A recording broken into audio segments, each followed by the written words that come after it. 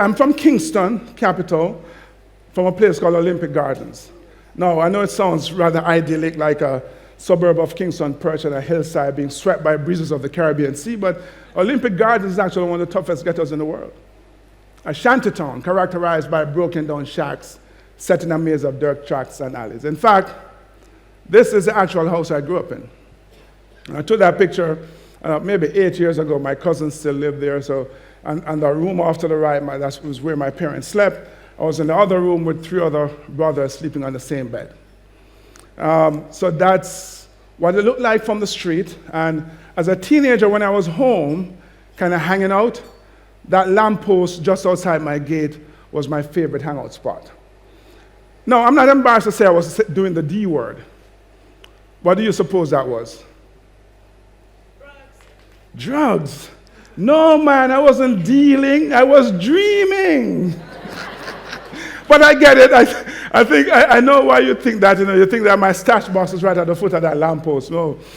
From my vantage point there, I had a really good view of Forest Hills, lined with big, beautiful mansions.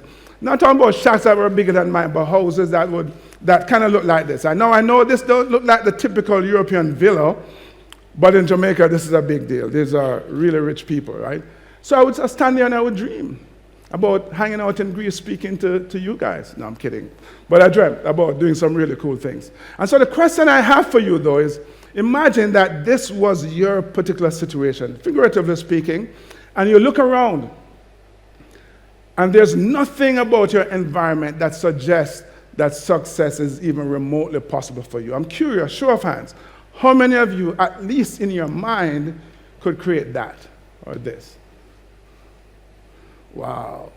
Just a few people. The others are either shy or you believe that, and I hope you don't, because each of us without exception has the ability to become that which we aspire to be. And the only limitations, the only real limitations are the ones we impose on ourselves through the limits of our imagination. So, a year after high school, I went from living here to living there. That's a royal, thank you. Thank you.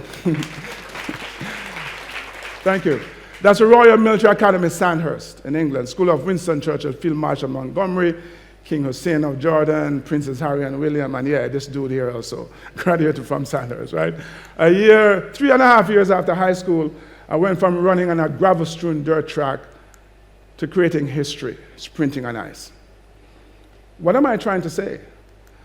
Vision gives you a sense of what is possible. Your vision is saying, man, this is what's possible for me, for my team, for the company, this is what's possible for the customers, for the clients, for my partners, right? And it engages people.